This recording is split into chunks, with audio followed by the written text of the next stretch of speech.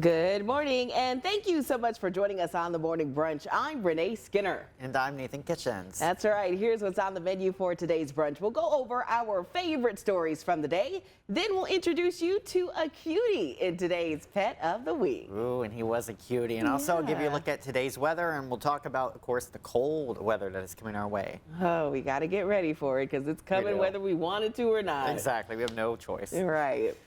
Well, here is what's on my plate today. Amazon is gearing up to compete with Walmart and Costco. The Wall Street Journal recently reporting Amazon is launching its largest ever retail store in Orlando Park, Illinois, in the Chicago suburbs. It will sell groceries, general merchandise, household essentials, and food prepared on site. The Journal says the new Amazon store is so large it could fit nearly 2 average-sized Target stores under its roof. The store is set to open sometime next year. Now, Nathan, I don't know about you, but I am always on Amazon, whether it's ordering a book, maybe, you know, some dog treats, even toilet paper. I'm not even gonna lie. yeah. I've ordered. I've done that before too. So, Yeah.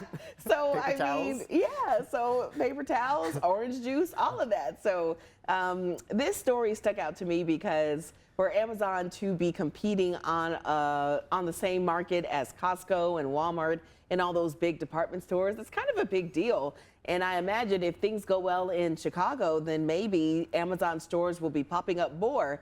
But I think it's kind of genius to, you know, turn a, you know, store that everyone uses online and make it into a brick and mortar and have people actually go inside, and they're selling food right on the spot. I can really it's see them, you know, definitely, you know, in competition with Walmart and all those other stores, for sure. I hope they kind of expand. And you know, it's not that far away from here, so it might be worth checking out. That's really exciting. The fact that I think it said it's size of like 2 Targets. Yeah. And you know, Amazon just has everything you ever need. So Absolutely. you'll find whatever you need, they'll have it, I'm sure. But Oh my goodness. yeah, I think they'll be bustling with business. I can imagine, because I know I am like you. I order on Amazon all the time. I don't know What was the last thing you ordered on Amazon? Let's see. What did I order? I think I ordered batteries on Amazon. It's so random. Oh I know. my, there's a Walmart like There right is. across the way. I know. It's like so dumb.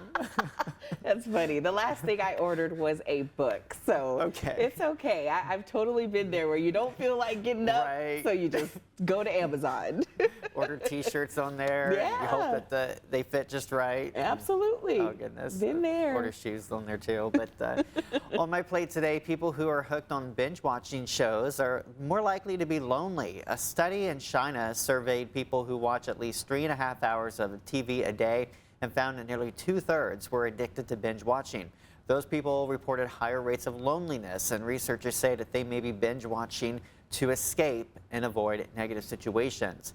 And I can imagine the story kind of fits along the same lines with being consumed with maybe our phones as well. Maybe you have an app on your phone where you're binge watching shows, not even just at home watching on your TV. But I just thought that was interesting because sometimes I can be that way. Sometimes I don't want to deal with people, so I'll just stay home and I'll be binge watching. Of course, I'm kind of selective on what shows I watch. I mentioned before I watched The Golden Girls. There's also a show called The Middle I love to watch. I will binge watch them. I mean, I watched every season of those shows so many times now.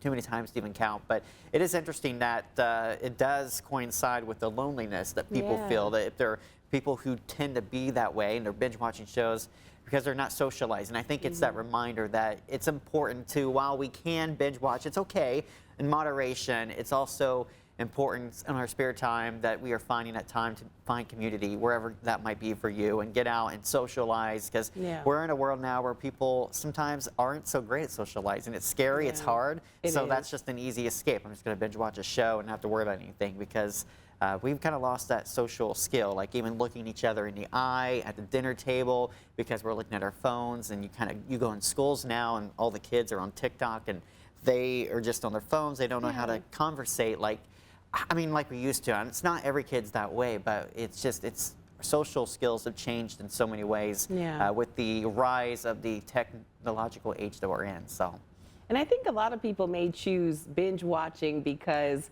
it's an outlet. It's, Yeah. you know, they can live like through someone else's That's true. life. And it makes you feel better because their Yeah. life is maybe worse than yours. Yeah, or maybe their life is more exciting and you get to live through like their yeah. lens, and Yeah, that's fun, you know, too. you fall in love with the character, or I don't know, but I think binge watching can also like you know, handicap or cripple you a little bit, because if you are so focused on TV, then you're not gonna want to make those connections that people desperately need. So, but again, it's easier to just stay at home and turn on Netflix and be It's like, the easy yes, thing. here it It's is. the easy thing. And I But, never go yeah. to movies or anything either because I don't want to. I'd rather stay in the comfort of my home and Yeah. watch something. For sure.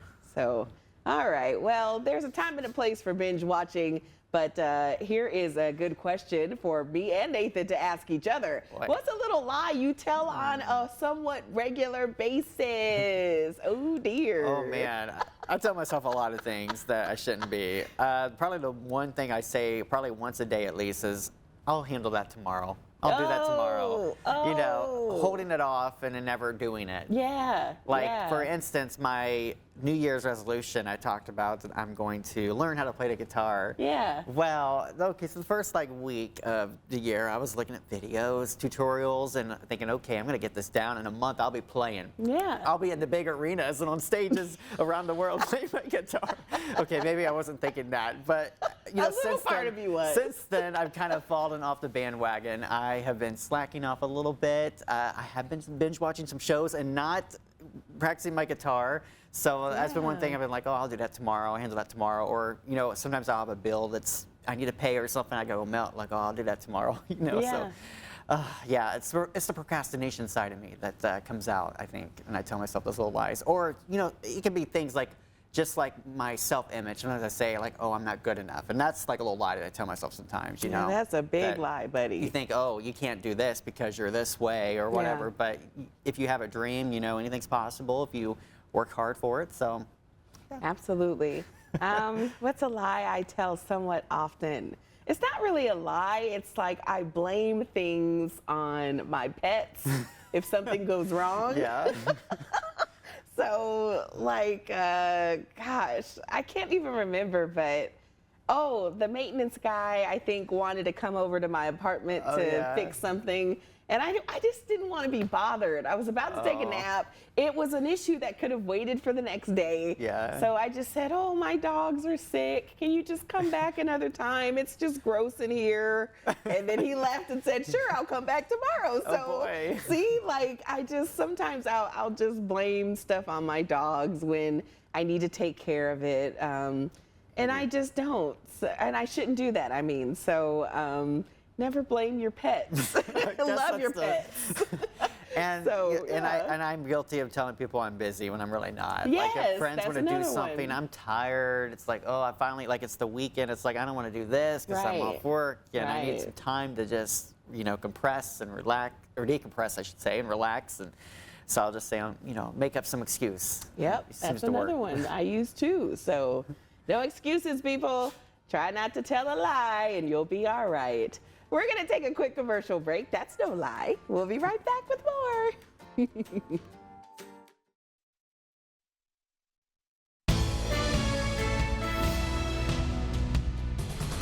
Hello, everyone. I have Kitty Yanko here with me from the Peoria Humane Society. Oh my goodness, look at how cute this sweet baby is. I know, we have a cute alert going on with this one.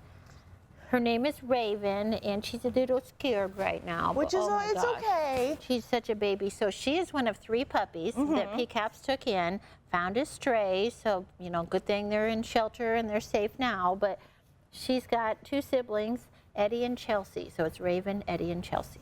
From the TV show, I That's guess. So Raven, if Yeah. you didn't catch that. Does she come with this stylish jacket? She can. She can. I did put it on. We have a little resale area at PCAPS, and so I put it on for her so she would stay warm, but she certainly could go home with it too. So, she's shivering, not because she's cold necessarily, but because this is kind of a scary environment Yeah. for puppies. But it is really cold outside. What sort of tips do you have for people to protect their animals during cold weather? Well, wind chill is really important. So if it's, cold but windy, that's extreme. And so for pets, you just want to make sure they have proper shelter. So obviously we don't want any dog or cat to be outside when it's extreme weather. So they need to have a break from the wind. A house of sorts, something with the floor off the ground. It's always best to not put a blanket in because they freeze, even though it sounds fun. So that's not the best. Don't eat the mic. I know, Don't that's eat not the mic. best option when it's wet and cold. But also, obviously, bring them inside. Frostbite can happen pretty quickly, and when these extreme temperatures are going on, we have to watch for that. So it can affect their ears, their paws. I always tell people, just use common sense. If you feel like it's too cold for you, it's probably too cold for a pet to be outside. Now, if they're used to it, it might be okay. Like the Huskies and the Malamutes and Newfoundlands, actually, St. Bernards, they're going to enjoy the cold weather. But again, it's always about making sure they're not out too long. And if they're a shorter hair breed, a little bit of a jacket won't hurt them either. Yeah, for sure. They just don't have much to cover up with. And then always be mindful of sidewalk salt.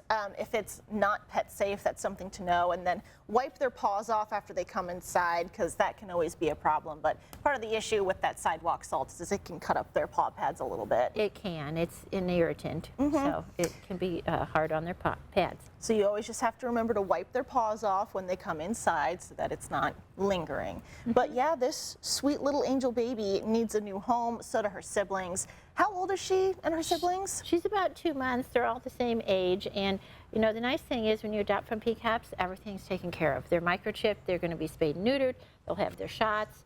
They're just ready to go. And so I always recommend try shelters first before you go anywhere else.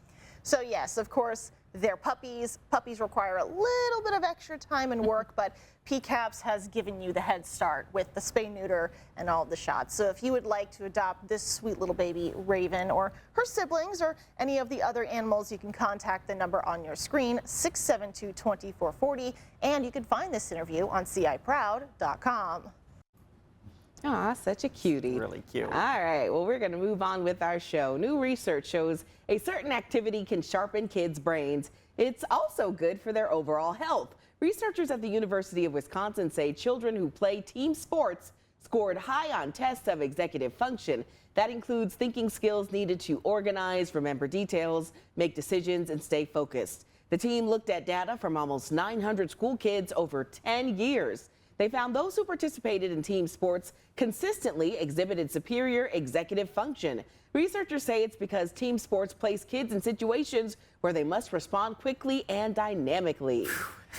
Wow, I wish I had played more sports as a kid. Yeah. Like, I really do. Yeah, I kind of look back to, it's like, yeah, I wish I would have done more. I mean, I did play basketball in 6th grade, and I can tell you, yeah, you have to respond and think quickly. I didn't always do that. I was not a very good player. I was so little in 6th grade, but it just goes to show that it is important to get your kids involved if you can. Sometimes it's hard because schools are very strict as far as, like, if you want to join a team, but maybe you are not qualified, like you're short, or they won't allow you to be part of the team for some reason. Hopefully there's something that your kid can get involved in, and because it is good for them to not only be active, but clearly it has more than just exercise benefits, but clearly it's helping them think critically and perform better potentially in school. So yeah, and I think too, when I did play sports, I don't know, I'm such a horrible girl. I hate losing. So if I'm on a losing team, like my attitude sucks. Like it's a real problem. Like you don't want to play me in anything. So my mom's that way. Like,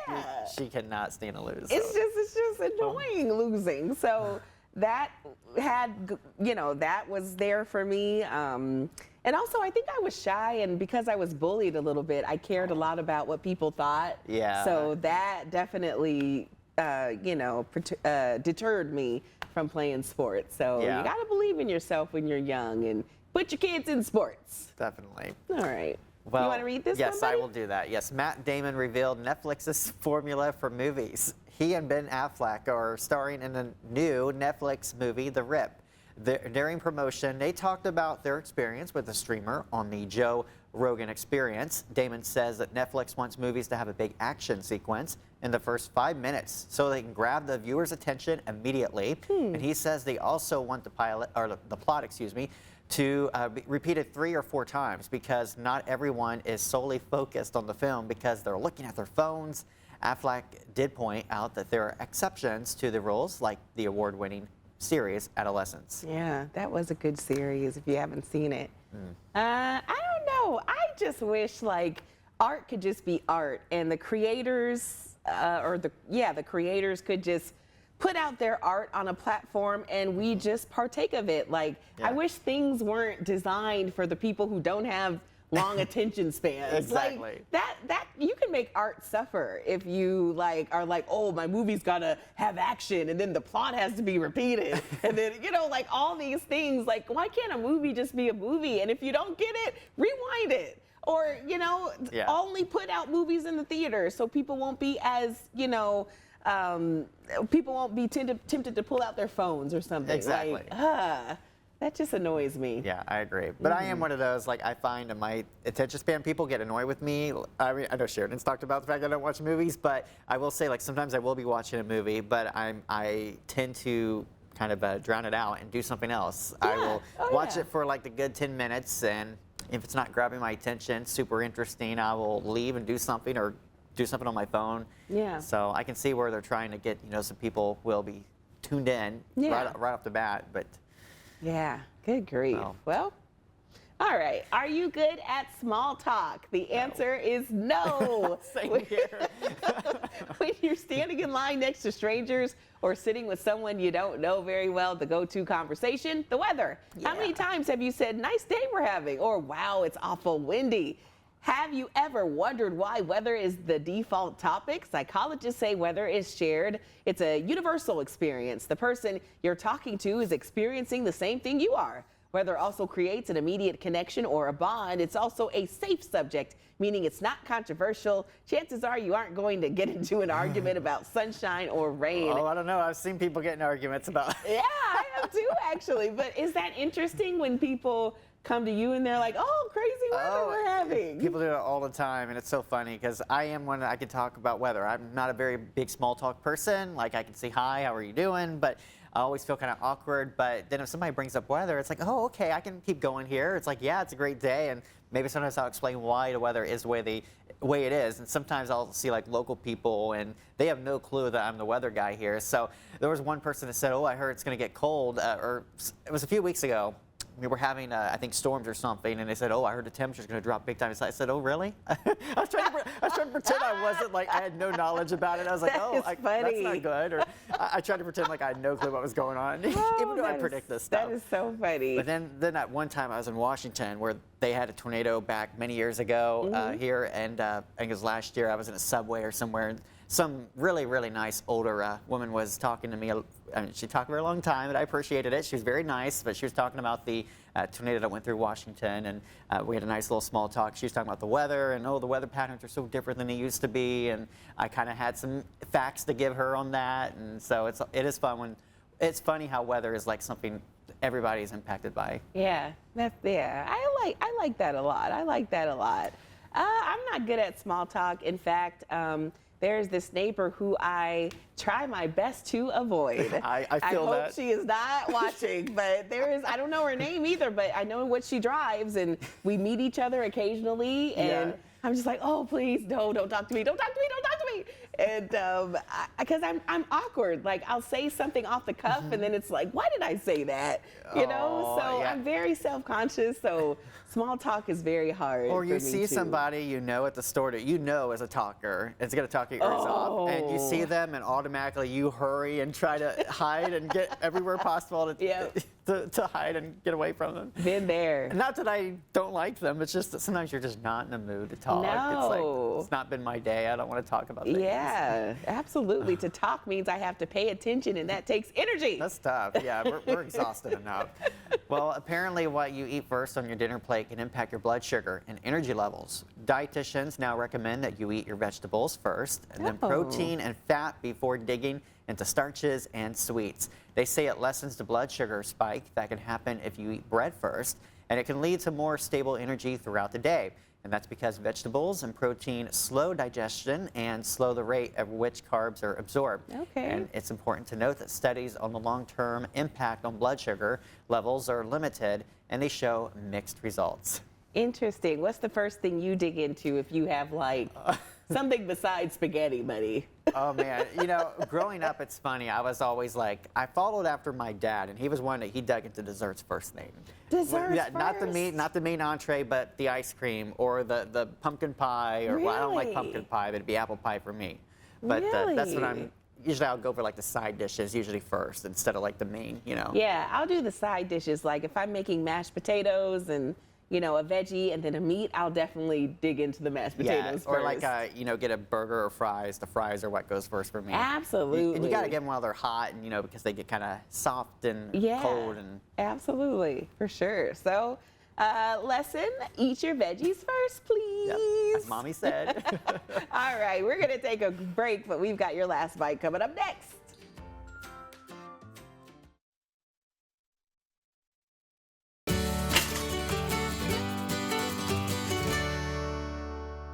Welcome back. As we come to a close, here's your last bites. We'll start with the joke of the day. Okay. Why is Peter Pan such a bad boxer? Because he, I don't know. Does it have something to do with, what was the pirate guy's name? Hook? Because he has a bad hook. Oh, that's a great one, though. See? That's a The great pi- guess, the but it's not. pirate. No. The actual answer, according to our producer, is it's because whenever he throws a punch, it never lands. Get it? Oh my goodness. I like my answer better, okay?